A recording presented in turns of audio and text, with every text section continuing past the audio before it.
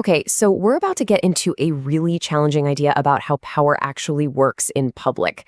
And fair warning, it pretty much goes against everything you've probably been taught about being open and authentic. We're always told that transparency is the best policy, right? That being an open book is how you build trust. But what if that's not the whole picture? What if, in the public arena, being completely open is actually a huge strategic mistake? So here's the core idea we're digging into. There's the common belief that public life rewards honesty. But this philosophy flips that on its head. It says, no, public space rewards control. It's a massive shift from thinking honesty is your shield to understanding that control over what you reveal, well, that's your armor. All right, first things first, we have to understand the nature of the arena we're even playing in, because the moment you step into the public eye, whether you like it or not, the rules of the game completely change. This philosophy argues that public space is not some friendly town square for sharing ideas. It's a hostile environment. It's a place that's literally designed for comparison, for judgment, and for establishing hierarchy. The second you're visible, you're not just a person anymore. You become a signal, something to be measured and ranked against everybody else. And this is absolutely crucial. Putting yourself out there more doesn't mean people will understand you better. It just invites more judgment. See, people aren't observing you to connect with you. They're observing you to figure out where they stand in relation to you. Okay, so if that's the arena, how do you lose your footing? Well, authority is rarely lost in some big, dramatic moment.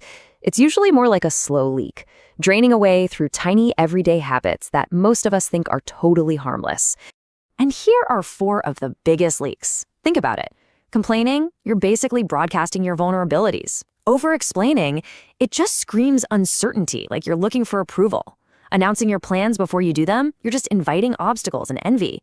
And being emotionally reactive, that makes you predictable. And a predictable person is an easy person to control. Now, what's so fascinating is that these behaviors aren't bad. They're just human. We all do them. But this philosophy argues that the public arena is a strategic game, and it doesn't reward your humanity. It rewards your control. The more predictably human you are, the easier you are for others to manage. So how do you flip the script? How do you stop playing defense and start playing offense? It all begins with building something called presence, an authority that people can feel before you've even said a word. And that presence starts from the inside. Just ask yourself, how still can you be when nothing is going on? Can you sit comfortably in a room and not feel the need to fill the space with nervous energy or chatter? That kind of stillness projects a deep internal stability that people pick up on immediately. This leads right into silence. We tend to think of silence as weak or awkward, right? But here, it's reframed as a powerful tool. People who can't stand silence often rush in to fill it, and in doing so, they give away their power. Being comfortable with it projects immense confidence. This is such a great tactical question. When someone speaks to you, do you rush to answer immediately, or do you allow a beat of silence? That little pause can totally change the power dynamic. It shows you're not just reacting, you're in control and you'll respond on your own time. And I think this breakdown is brilliant. Charisma is active. It's out there chasing attention, trying to get engagement. But presence is different. It's passive, but so much more powerful. It doesn't need to chase anything because it has its own gravity that just pulls attention toward it. And that brings us to maybe the most counterintuitive idea in this whole thing. The strategic use of absence. In a world that is constantly screaming at you to be visible, true power often comes from knowing when to disappear. I mean, it's a basic law of economics, right? Scarcity creates value. If you are always online, always available, always responding, you become common. You become part of the background noise. Your value actually goes down through overexposure. So being constantly present makes you familiar, predictable, and ultimately replaceable.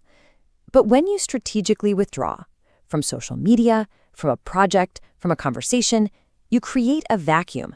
Suddenly, people notice you're gone. Your absence creates tension, it creates value, and it creates more discussion than your presence ever.